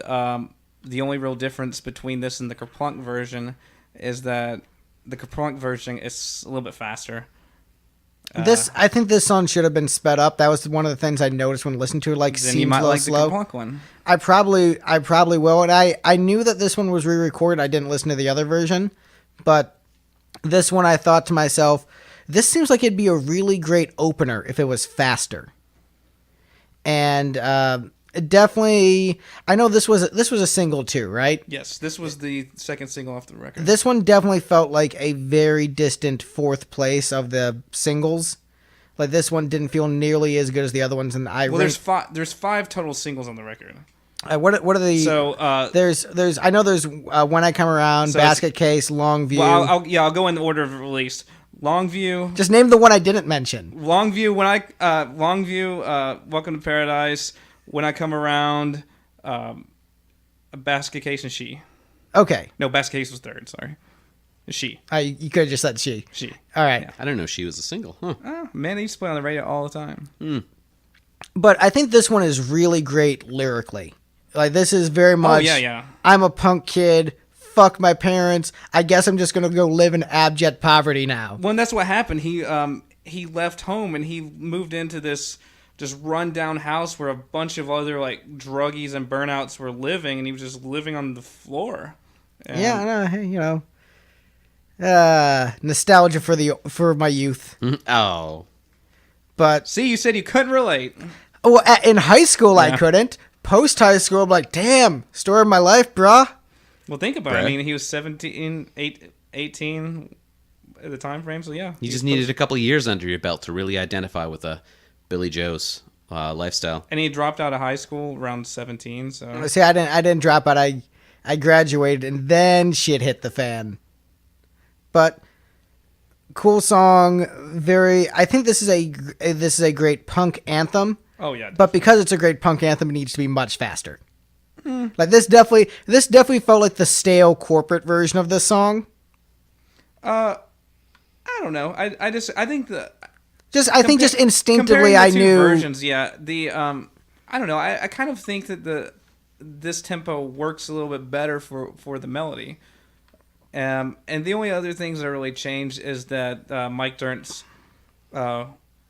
whoa backing vocal and the chorus is a little less prominent on Dookie, and they end on a different note on the chorus. It goes a little bit higher on this version. But everything else basically stayed the same, because I think what they did is they were just like, holy crap, that's a good song. If we're going to be on a major label and possibly sell a decent amount of records, like, we should put this on there. Just put our A material on there. Yeah. No, I mean, that definitely makes sense. There are lots of bands who, will have their indie release, and then when they're like, oh, shoot, we got signed, there's a chance people will actually hear this song. Let's re-record that. Yeah. Yeah, I put this one at the top. The thing I noticed while listening through to these was you can sort of tell which ones they were putting more effort into. Like, I feel You like... can tell which ones were going to be the singles. Right, they knew which ones were going to be the single. Those sound a little more polished. The vocals are blended together a little better so that they sound more like a coherent harmony rather than just like Billy Joe does his take, Mike does his take, and they throw it somewhere on the side. This one felt like one of the ones they put more effort into to be a single, but the song didn't feel as good as a lot of the other stuff on the album. Like, it's still good, but this was towards the bottom for me. All right. Wait, where'd you put this, Steve? Like number 4 or 5. Yeah, 10 points from Steve, 15 from Steve, and then 5 from Greg. Man. There was just a lot of better songs. Why do you hate good songs, Greg? No, there's just a lot of better songs on this album than this one. Like the next one on the list, Sassafras Roots. Sassafras Roots is not better than Welcome to Paradise. I put this one number 2 because... What? I put this one number 2 after Welcome to Paradise because I really like the bass line. It does have a cool bass, yes. Where did you put... So you had to put that one pretty high, too. Yeah, this one, I mean, not that much higher. This is middle of the album for me. I gave it 7 points. But once again, I'm a pop hook guy. That wasting your time hook. It's like, oh man, all right. That's obviously the best part of the song. Yeah, I'm jamming. I'm locked into the hook, and it's the repetitiveness of it too. And also, like, there's a sense of romanticism to this. It's like, yeah, I'm a loser and wasting your time, but like, I'm kind of charming, right? Like, I can dig that. I enjoy romanticism in my lyrics, and this one had an element of that in there, and I gravitated towards it. I liked it a lot. Lyrically, this one was one of the better ones for me on the album. All right, I buy that. Alright. And that's all we have to say about it. Next up on the list, Longview. We're just like going backwards from my opinions on things. Well, I had Longview. Yeah, because your opinions are wrong, Is Steve. she next? Because that's the one I have ranked below Longview. Well, I had Longview pretty low on my list. Just and this is sort of the same thing that I just got mad at him about with When I Come Around. Is I think I've heard it so much that it's hard. Like, You're a hypocrite. I know. At least I'm hyper something. The bass is the driving force of the song. Is what makes it. It's what makes it a great song. You can really hear that transition in production when they go from Chump into this one, when like the bass tone was not great, and then suddenly Longview comes. I'm like, oh, bass tone just got way better. Well, the bass tone it's almost the same throughout the whole thing. It's just it's mixed differently. So Right. it's mixed because it's got to be a lead instrument here. So I will say, yeah, the bass sounds very good on this track. And Obviously, it's a great bass part for sure. it's a really good hook. But I think what really the best part of the song for me is not the bass, but it's the chorus. For me, the bass is just a tool that leads into that great chorus, and all the instruments coming in on that chorus, and then the groove that chorus locks into, I think gives it this sense of energy. Like, man, this is the most epic FAP session ever. Yeah, dude. Fapping is so much better than just sitting around doing nothing. I feel like that is the opposite of the message of the song. I know, but that is why it's hilarious. This song is about being so bored that That you're not even even interested in fapping isn't spanking fun. it anymore. Yeah, this is talking about like there's nothing interesting. Like, There's everything sucks. I am The so least bored. epic. I'm This starting is- to run out of synonyms. This album is the epitome of Burbs problems. I am so bored that even fapping isn't fun. That is the epitome of problems for the Burbs. Welcome to SoCal skate all. punk. Like This is I really skate think punk, that's but- maybe why I couldn't resonate with it, because I had like by Fapped constantly and loved it. It's like it was always a new adventure. It was for always Greg. just a it was perfect always time. great. What's going? Whoa! But I'm not bored at all. the thing is, by the time I was old enough to like hear this song and like being able to understand the lyrics, like I heard it as a kid growing up, and then by the time I was a teenager, I had undergone an epic story arc of my life. Like, sweet, I've escaped my abusers and I've tasted freedom for the first time, and I've seen the hardship of life, but I'm finally looking at good things. Wait, why is everyone bitching about being bored? Don't they realize they're not getting beat up or stabbed or raped?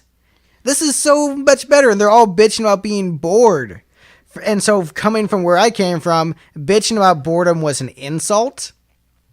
And so that's why stuff like this really trolled me. Now I laugh it off, but that's why I just couldn't connect with this kind of stuff when I was younger. But, well, because when you're younger is just like just a everyday just Every day of my Wow. life was yeah. then of course you relate to songs like this. Right. My life was, epic and terrible, and everyone else's lives were boring and Epically okay. boring. And spanking it wasn't working. So, That's when you develop a hobby. well, what if your hobby was Yeah, spanking it? I mean, wanking it is a Yeah. hobby.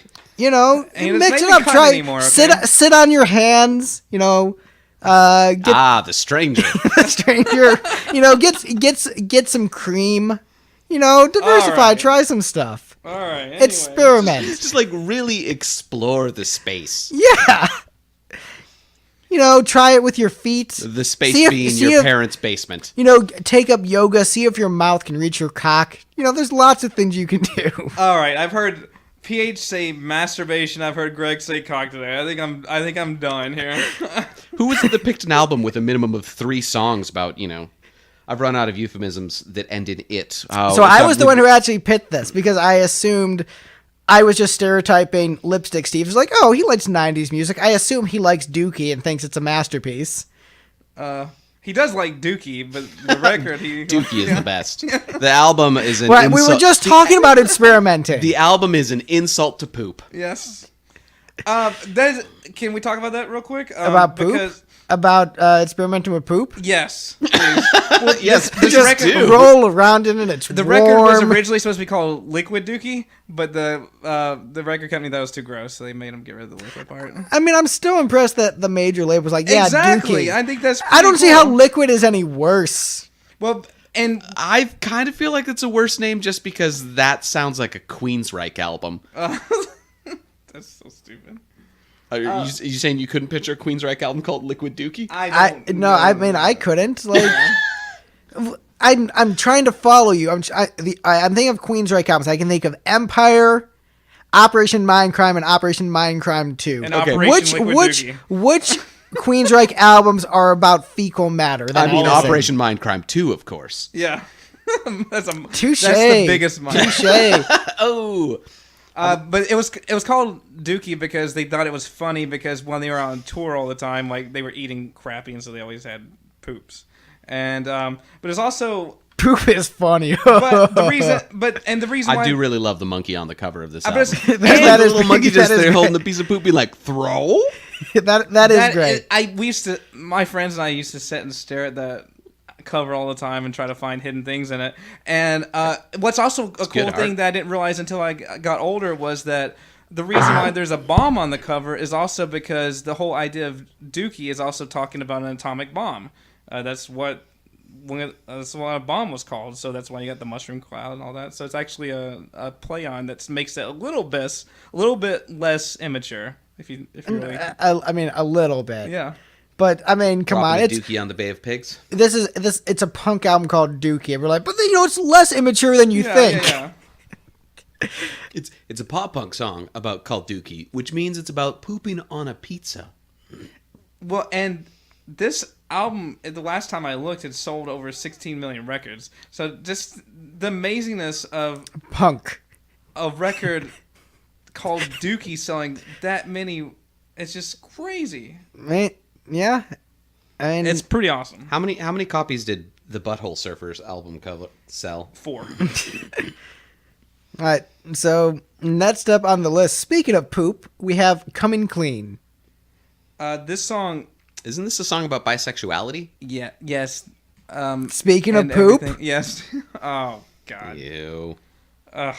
This is a song. This is the song out of every one of the record that meant the most to me because it felt the most real and it felt the most relatable. Just because it's not just talking about that; it's talking about everything in general. Just like being honest with who you are as a person. And Steve, if you're going to come out as bisexual, our podcast is not the place no, to do it. I'm not You need doing to that. talk you might to want to your talk. wife Yeah, first. talk with your wife first. No, I'm saying, and that it's rumored that that's what it's about anyway. I mean, really, if you look at the lyrics, it's just saying you're coming clean with yourself. You're not. It's not saying I'm coming clean with wanting a dude. It's just saying it could be that, but it could be anything. It's just there were all those rumors circulating around in the '90s that they were bisexual. So, but I mean, he does nobody wear a knows lot if of it's- guy liner. and dresses sometimes. He never wore any eyeliner until 2004. So there you go. Yeah. That I know What? of. This is. But one- it's a completely relatable song. Yeah, it's such an earnest lyric that like it's hard not to attach yourself. Oh yeah, absolutely. This is one of the best lyrical pieces on the album. It's surprisingly mature considering what it's surrounded by. Like, An album called Dookie. yeah, like this is the kind of song where if someone in high school had pointed out this song to me, like this is why I like Green Day, I think this song would have clicked in my brain. Like, I have been wrong about this band. I should have given them a more fair shot. You know, when I checked out this album in high school from a friend recommendation, I just sort of put it on. I didn't really dig too deeply into the lyrics, and the few that I was able to pick out for most of the album was like, all right, so just jerking off again, all right. And so by the time But sometimes to dudes. right, but by the time I got to this song, I was burnt out on the album and just didn't care. But I wish I'd paid more attention because this is a song that I have a lot of respect for. Just great melody, great lyrics, great themes, fantastic song. Indeed. Speaking of Dookies, we're up to the number 2 song on the list. Okay. Go on. Yeah. How is this segue completing? No, just She is next on the list. All right. Bad segue. It was a pretty bad segue. Yep. She I is mean, kind of also like how there's awkward segues on the album with really, deep and heartfelt lyrical themes and then jerking off more. Yep. I mean, it's why he does so much jerking it is to distract himself from the thoughtful, heartfelt things, maybe. Doesn't want to think too hard about life, so he thinks about boobs. Gotta beat when you can. Gotta beat when you can. I mean, he lived in the suburbs, so it was all the time. All right, so I think we're not supposed to be singing songs, though, because then we that's make it our cold, right? song. If anything, that's the songs we want to sing. Nope. By the way, that we don't have a song called "Gotta Beat When You Can." It's "Gotta Eat When You Can." I would listen to it if it was called that. Right. Otherwise, I'm out. I mean, we got about 17 alternate versions already. What's an 18th? Right. All right. So on to Green Day. Tell me more about Green Day. All right. Let me tell you about Green Day. So this is the third song called "She" in my life. I have a song by the band Kiss, and there is a song by the band Stars. Have we reached the Kiss one yet? Yeah, that was off the third album. I don't even remember it. I mean, Sounds familiar. You only listened to it once. Of course you don't remember it. It's true. All right. So what I will say about this one is, I've had decades to live with the other ones, and I will say I like those better. And I think even if I had a longer time to sit with this one, I would still like it. It would still be third place, but it's not a distant third place. Oh, it's a tremendous song, and it's the same, like what we were talking about with Longview, like it's bass driven, and the bass in this record is just killer. I mean, that is one of Green Day's things because Billy plays mostly rhythms, and somehow it doesn't need lead guitars, but so often in the earlier records, it's because of the cool runs that Mike Dirnt was doing that worked so well, and then somewhere along the line, once they hit American Idiot, Mike Dirnt was like, all right, I'll just do root notes, that's fine. And Quite likely it has some connection to them adding a second guitarist. Here's one thing I'm going to say about this song versus the other She's. This, I think, is the best lyrically of those three songs. The Kiss She is just shitty kisser. It's like, I'm going to get laid. She's taking off her clothes. And the Stars She is like more romantic, but not necessarily anything to write home about. This is really clever. I'm going to get laid in a car. And we'll get to that when we do the Stars discography, all 4 albums. But this one, I take it this isn't the band Stars that I like. They're still current today, right? That I've seen live like 3 times. This is Stars with a Z. Stars with a Z. The other Stars is great. They're like the pop duo. I guess they're not a duo, but like they've got the 2 vocalists, yes. right? Yeah, they're awesome. Anyway. So the thing with this song, there's a lot of different ways you can interpret the lyrics to this one, but the interpretation that I sort of had with it was the relationship between musician and fan, and like a girl being really into the band and like trying to connect with a musician, and I think they interpreting it that way. I think it's about the punk fan in general. Yeah, and I think it's very clever, it's very well done, but it's done with a really strong pop melody, and it's another very impressive song. So this is another A+. I didn't know this was one of the singles, but I'm glad it was, because this is, in my opinion, one of the better songs, as evidenced by the fact that I voted it so high with everyone else. Well, it's their only single from this record that didn't get a music video, but it's still a single. All right. I don't really have anything to add. I thought this was a solid pop punk song. I put it in the upper mids. All right. Well, let's go through the list again before we get to number 1. Just refresh everyone's memories. I wonder what could it be. So the 15th best song, All By Myself, followed by Chump, then FOD, then In the End, because, nothing really matters. Then Eminus Sleepus, followed by Having a Blast, then Burnout, then Pulling Teeth, then When I Come Around, followed by Welcome to Paradise, Sassafras Roots, Longview, Coming Clean, She at the Dookie position, but the best song on Dookie, as voted by this panel... Oh, the deuce position? you can't just use deuce and dookie interchangeably like that. I just did. Dookie does not mean two. God. The best song on the album is Basket Case. Silent. Who's surprised? Yeah. Anybody surprised? No.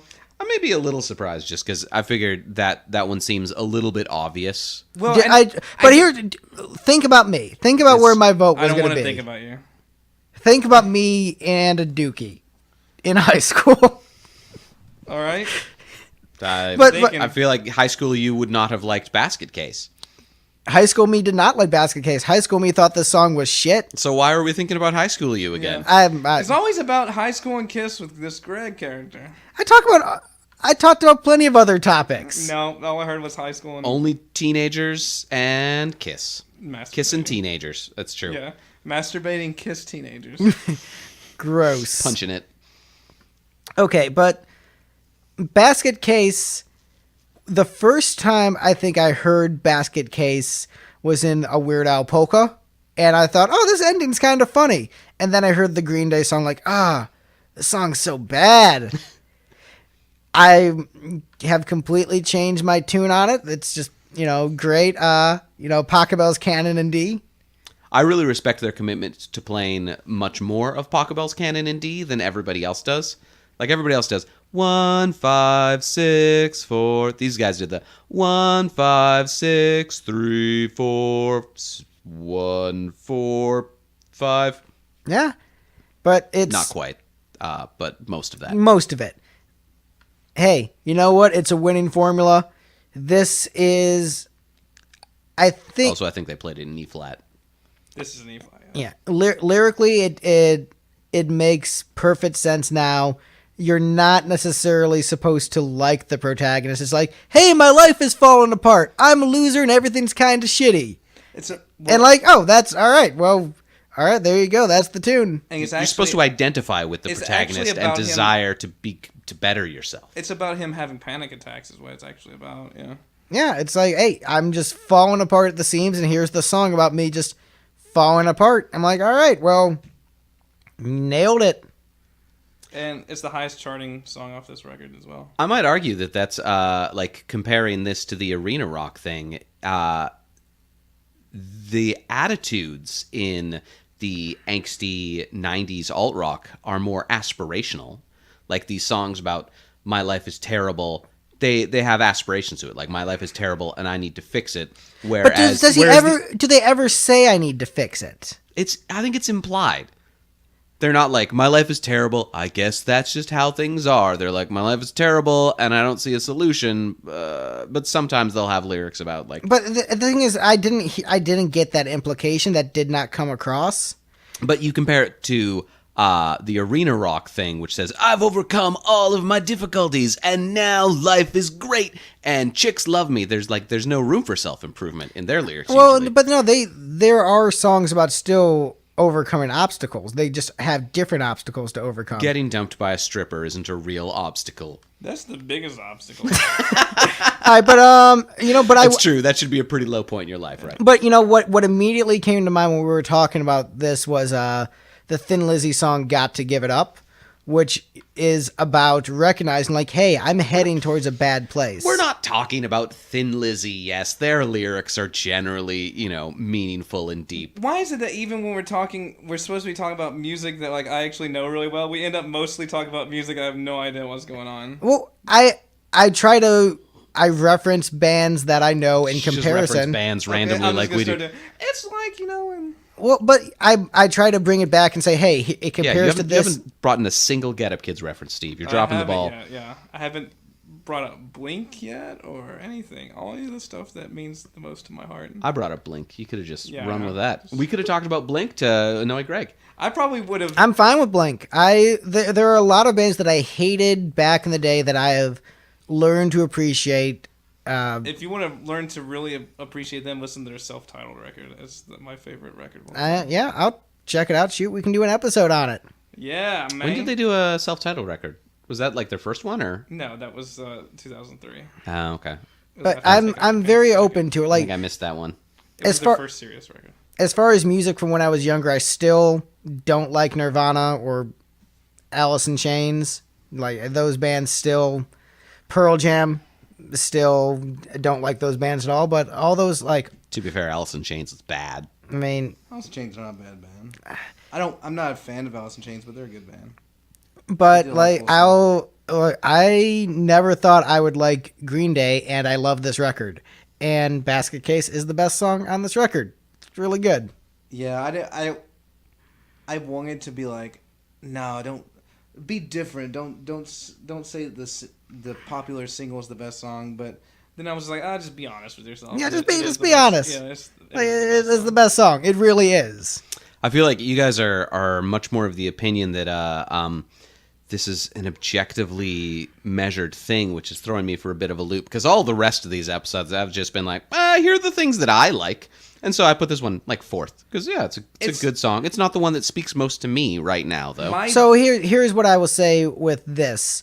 You know, most of the episodes I rank based on the songwriting and not based around my enjoyment of it. Yeah, I agree. But this one, I think, is the song I enjoy most from the album. And what I am so impressed with Green Day is, you know, a band I hated so much and now completely love this record and love the band. That is very impressive to me, to have a complete 180 like that. And it's all because of Pachelbel. And, well, not necessarily, because there's other songs on this album. You know, I think, you know, it's the right set of circumstances, getting introduced to the right punk bands at the right pace, and Smashing Pumpkins is helping me appreciate alt more. So coming into this, I had more fun listening to this than any of the Pumpkins albums we've done. And I think the Pumpkins albums are ultimately more deep, except for Gish, which is, you know, a steaming pile of shit. But it's a deep pile of steaming shit, though. There's something deep about it. Yeah. There is much corn treasure hidden in that pile. We should do a Korn album. Yes. All right, sure. The one with Skrillex. Or the one that they did as the soundtrack to an Anne Rice film. You know what we should do? The guitarist from Korn is going to be at Rockin' Pod. We should just ask her, hey, what album do you want us to do? Do you even care? Monkey? You don't. But, you know, we'll let him pick. We'll wait till, like, September or wherever that is, and then he'll say, I don't know, I've never listened to any of them. Which guitarist is it? I don't know. I don't know. I don't know who's gonna go to Rockin' Pod, except I know Vinnie Vincent's gonna be there, and I already have us passes, so you and I are going, I guess. Yep, it's true. Was it the one who quit because Jesus, but then came back because money? I think that's the guy. Okay. But enough about Korn. You made me lose my train of thought, because all I can think about is corn and how delicious they are. Basket Case, Green Day, Dookie. I don't know anymore. It doesn't matter. All right. Songs are good. I like songs. Songs are great. I like songs. Oh, I was going to say, as much as I like Smashing Pumpkins, I do like Smashing Pumpkins, but yeah, this is just... I have the mentality that comes along with songs like Green Day's. I like short songs. Yeah. I'm like, I just can't... Sometimes you know what? I just realized this is... Green Day is Kiss, and Smashing Pumpkins is Thin Lizzy, where this is mostly dumb lyrics with like, oh, those couple songs were actually pretty clever, but mostly just dumb and fun. And then Smashing Pumpkins like, but no, like dig deeper. Yeah, I mean, search your soul. That's the intention. Is the Smashing Pumpkins set out to create art, whereas probably the most obvious trail of history to Green Day is they're the next generation of the Ramones. They're just like kids who picked up some guitars and tried to play pop music that they liked. Like they're just set out to create fun music. And hey, they succeeded. It's a fun album. Internet, I was very wrong about it. To me, it's a deep album, but that's just really exploring the space of self-love. Yes. Right. Self-love and self-loathing. Yeah. Hey, self-care is important. Hashtag millennials. Hashtag blessed. So, were you guys happy with the ranking? Were you surprised by it? Is that a rhetorical question? No, it's just Oh, like I'm us? furious. Yeah, I'm furious. Seething with anger. well, I mean, hey, we had a surprise was upset pretty- in the Dynasty episode. Pretty great, yeah. I don't know what you're talking about. Well, it hasn't come out yet, They but haven't released it yet, and well, I mean, you it's- didn't listen to it because it's a Kiss album. Oh, right. God. But basically, the giant hit single, one of Kiss's biggest hits of all time, which the other panelists voted as the number one song. I put it somewhere in the middle because that was the one episode I ranked purely on emotion, and it didn't win in an upset. And I wasn't trying to rig the votes; it just ended up that way. I'm like, dang, Wasn't trying to rig the votes again.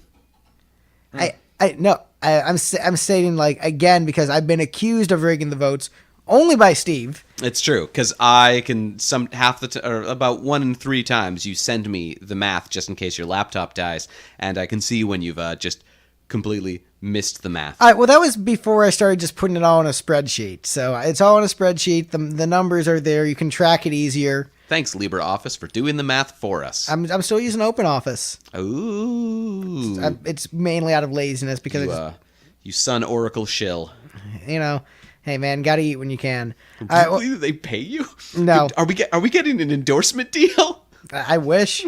Sun Microsystems. That'd be This amazing. episode was brought to you by OpenOffice. Oh. Please support OpenOffice by downloading it for free. I'm not sure how they make money, but I mean, they make money by being Sun Oracle, Right. the major server provider for a bunch of major industry. I don't know what you guys are talking about at all. No idea. We're referencing more Excel? we're referencing bands you don't know. Okay. You don't know Sun O and All right. and Open Just refer Office. to Sun Oracle as Sun O. Yup.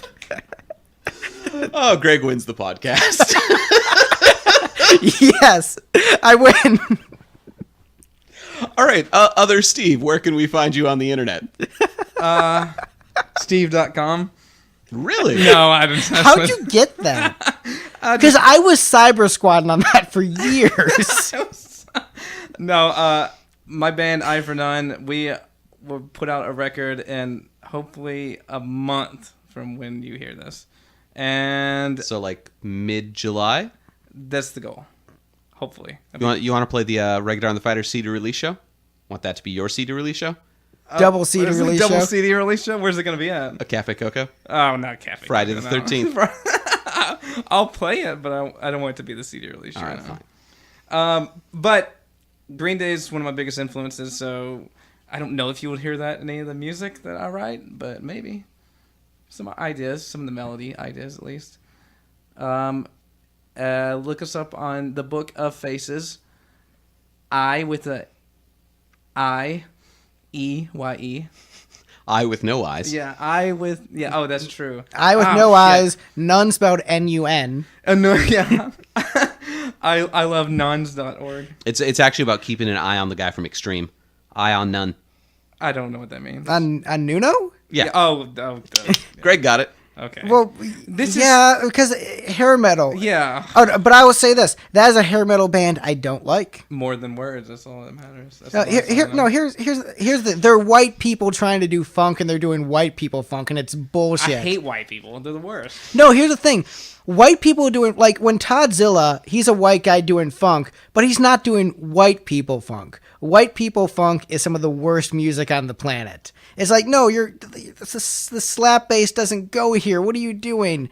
This isn't actually funky. It enrages me. One of these days we'll get through an entire episode without mentioning Gish or how much Sublime sucks. Okay. I didn't mention how much Sublime sucks. I mean, I did earlier Yeah. and then again just now. Well, they do. Because it's connected to white people funk. Oh, man. You know what you should do? You should have a... You know what we need to do? We need to do like the P-Funk discography, or like do some Rick James, like, because Steve, I want to make sure that if you ever get asked to play funk, you are like the whitest person I know. I want to make sure you don't accidentally play He's white people funk and physically just the ruin whitest person, or he's mentally the whitest both. person? I'm Canadian. He He is a pale Canadian. Like, this man, when he was born, I come from a place where the funkiest people are the bare naked ladies. Here's what when he was born, like they put, they tested his heartbeat, and just a Saga album started playing. That is how white this man is. And Ouch, so rude. but I love you, and you're my best friend, but I want to make sure that if you ever have to play funk, you don't suck. We need to do a funk album Just let him suck, immediately. it's fine. Parliament or Funkadelic? Which one?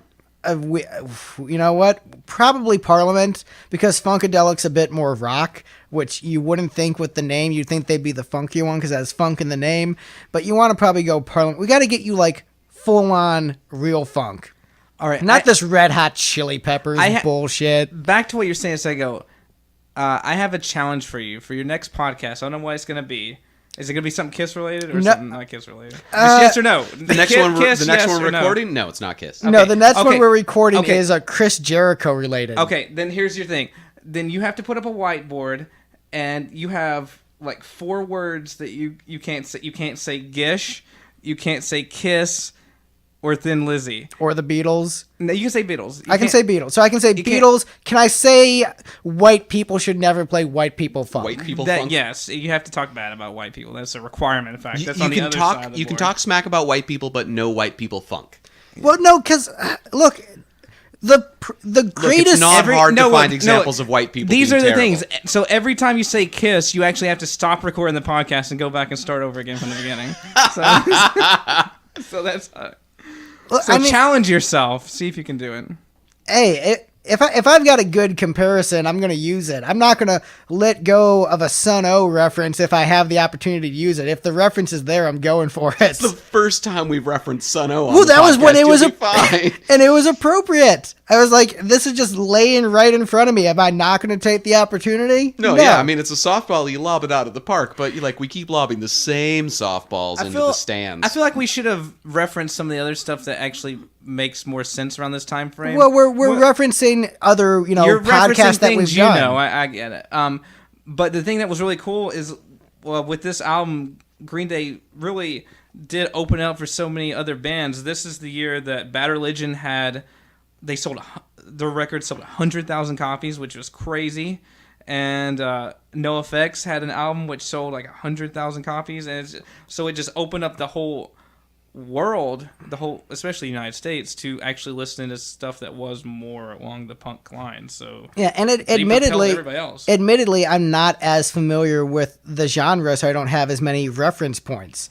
This is me discovering it and comparing it to what I know. So it's the journey of discovery. This is Greg's arc of discovering punk and alt, and Steve's arc of, discovering funk and Kiss, I guess. You can argue who's going to have the more enjoyable journey. Probably me. But, whatever. But you get to listen to a lot of Kiss records. It's true. I get to listen to so many Kiss records. And by I mean... This is a terrible experience. Yeah, it's awful. Welcome to paradise. I think you're gonna like The Elder on an ironic level. I mean, I love rock operas. Yeah. Hey, I have to go to the restroom. Can I go to the restroom? Yeah, we went to wrap up like 5 minutes ago. Yeah. Where can we find you on the Facebooks? Oh yeah. I'm gonna go to the restroom. If you hear the toilet flushing in the background as you continue to talk about. All right. Kiss look up stuff. Eye for None with no eyes. Yeah. N-O-N-E. You're Little Annie, is that what you said? Here's what I think is gonna happen. You're gonna like The Elder because you're gonna just find it hilarious. You're gonna like Creatures because you have testosterone flowing through your veins, and then you're probably gonna think 80s Kiss is okay just because Paul Stanley sings really high and just gonna like him as a vocalist. I do like high vocalists. Yeah, and you're gonna like the Kiss. I think I'm gonna call it now. Your favorite Kiss album is gonna be the grunge album. And you're going to be surprised at how good it is. I'm calling the shot. You're going to be pleasantly surprised with good Kiss lyrics and very tight musicianship, doing interesting things, interesting arrangements. Like weird time signature changes, really high up vocals.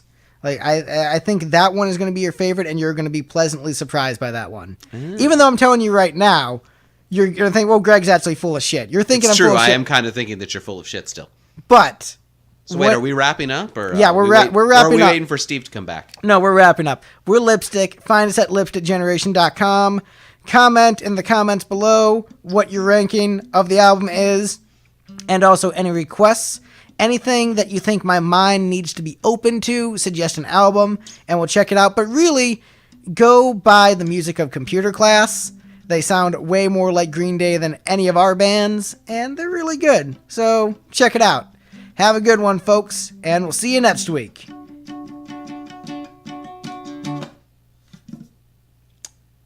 Great ending, Steve. Right?